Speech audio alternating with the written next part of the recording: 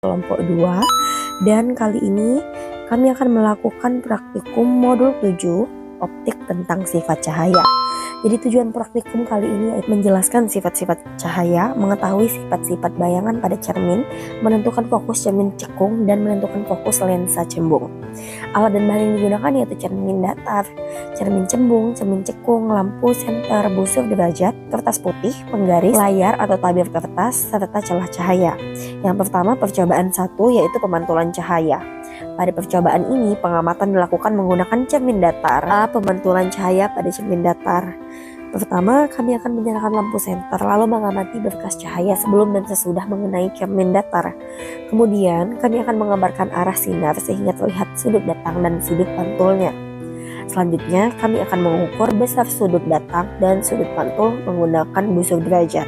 Dan hasilnya menunjukkan bahwa sudut datang sama dengan sudut pantul. Sebagai contoh pengukurannya yaitu saat jarak 10 cm, maka jarak bayangan juga 10 cm. Lalu yang B, pemantulan cahaya pada cermin cembung. Untuk percobaan kedua ini, kami menyiapkan lilin dan cermin cembung.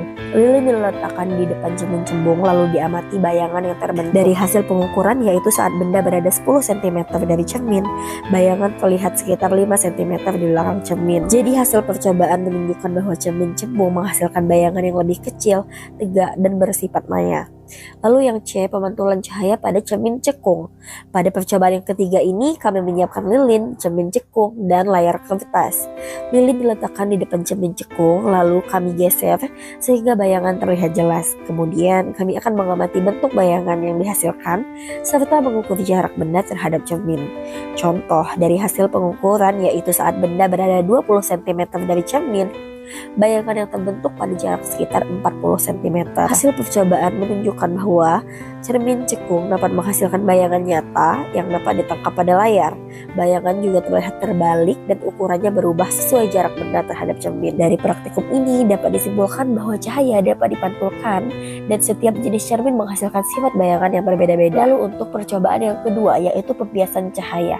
Tujuan dari praktikum ini yaitu mengamati pembiasan cahaya pada balok kaca dan lensa. Yang pertama, saya menyusun lampu senter, celah cahaya, dan balok kaca. Lalu lampu senter dinyalakan dan saya akan mengamati sebelum dan sesudah melewati balok kaca. Contoh dari hasil pengukurannya yaitu saat sudut datang 30 derajat, sudut bias sekitar 20 derajat.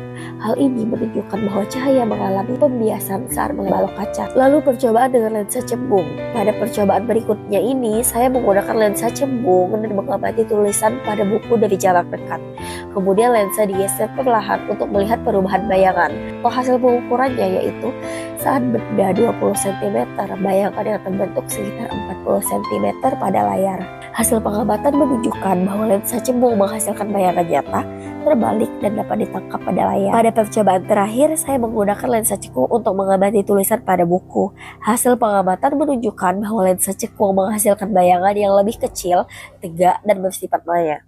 Dari praktikum ini dapat disimpulkan bahwa cahaya dapat dibiaskan saat melewati medium yang berbeda-beda dan setiap jenis lensa juga menghasilkan sifat bayangan yang berbeda-beda. Nah teman-teman, itu tadi rangkuman dari hasil praktikum kelompok 2. Terima kasih. Wassalamualaikum warahmatullahi wabarakatuh.